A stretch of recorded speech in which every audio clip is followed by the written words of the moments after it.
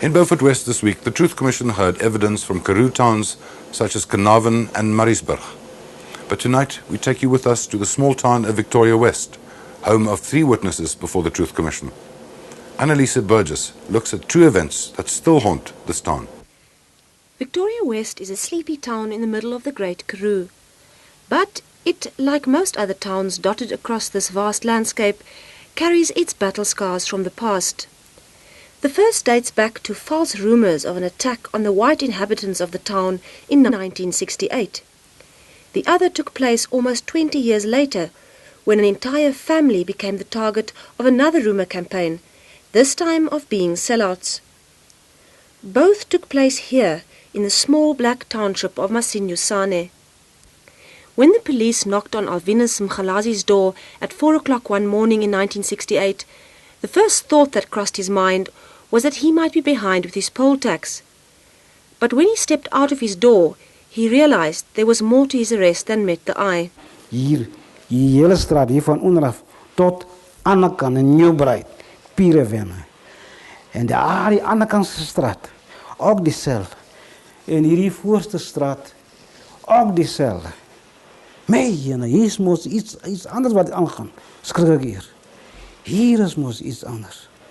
Wat kan er dan wees? Maar hier is in die gangen. Je kan voelen. Al kan je niet zien, nie. Je kan voelen dat er iets in de gangen is. Gaan in naar kantoor hier. Noordjes hier, Vosloos hier. Ik kan net niet onthouden wie is die ene wat mij gevraagd had. Dat is Noordje. Noordje zei ja. Je is nog de rechte man wat mij kan iets beter zeggen. Jullie homo's poko daar in Victoria West. Poko. Wat is soort ding is poko? Je zei ja, jullie vergaderings. Bij ons is het omtrent al 3 jaar. 3 jaar? Dat is de tijd daar in Victoria West. But despite their disbelief at the allegations, the state's case against the 26 arrested men soon emerged. It was based on information received from 5 state witnesses.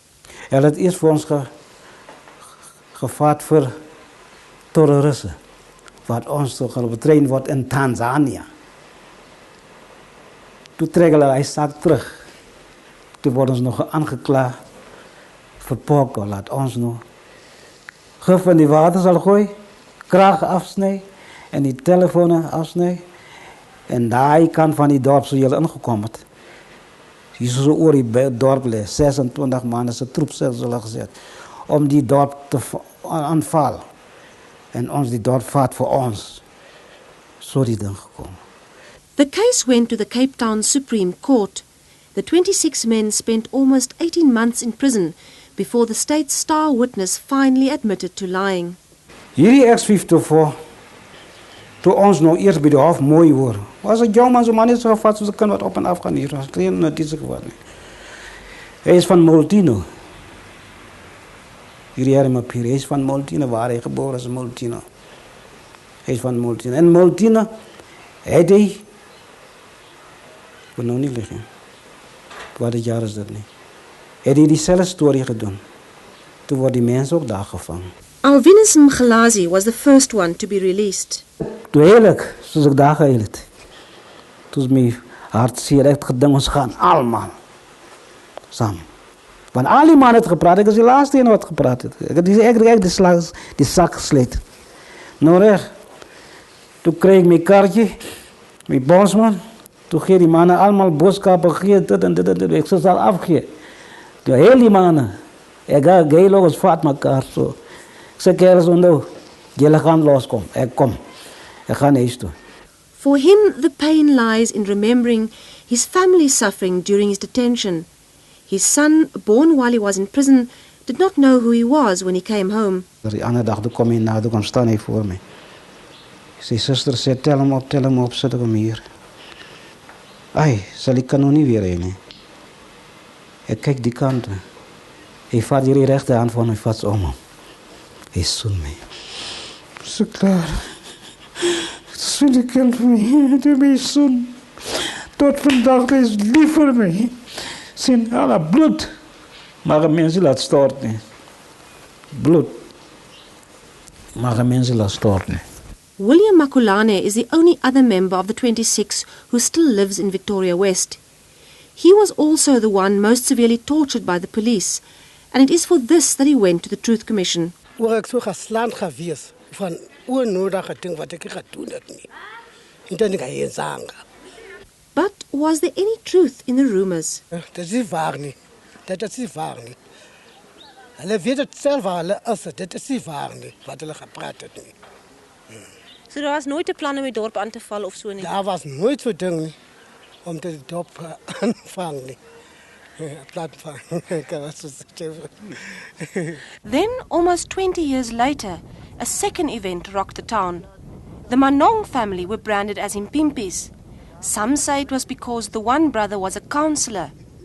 But it was Emily Manong, a grandmother, who was burned to death. It was 1985, August the 27th, was on Saturday.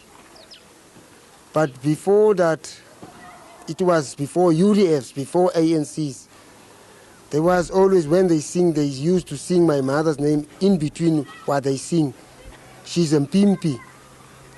Tombela, in closer name it's Tombela, Mpimpi. We sien ek net die rook draai en die vlamme stort uit by die dak en die klomp mans mense is bo op die dak, party ruggie, TV se aerial uit.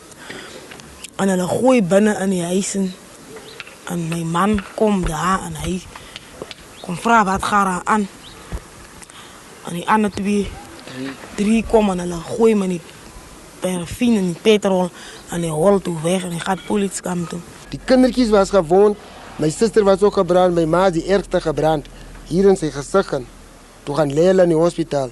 Die laaste woord wat hy gesê het, hulle het my gekry, maar die siel het hulle nie gekry nie. Die hele lokasie was teenwoordig.